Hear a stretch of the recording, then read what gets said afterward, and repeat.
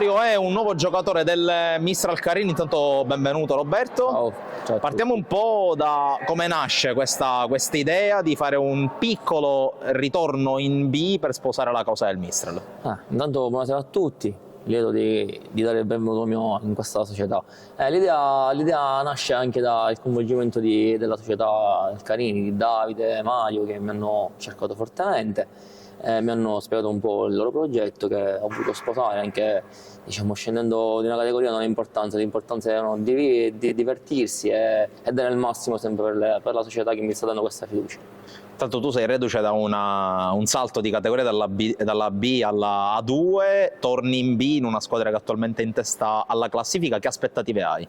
Le aspettative più che altro sono buone, perché vengo in un gruppo forte e spero di dare il mio contributo per poter vincere il campionato, perché la società non si nasconde su questo e cerchiamo di lavorare bene e preparare tutto il fine stagione con questa nuova società. Spero di dare il mio contributo e trovare l'obiettivo previsto dalla società.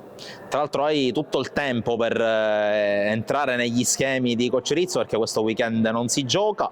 Settimana prossima partita importante contro il Marsala, avversario forte, e inserito anche lui nella lotta per provare a vincere il campionato. Sì, il Marsala è un'ottima squadra. Sì, abbiamo tutta la settimana entrante per prepararla la partita.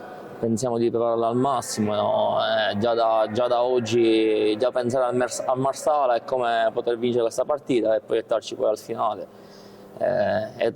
vincere tutte le partite, così si vince questo campionato, che speriamo che tutti lo prendiamo in pieno.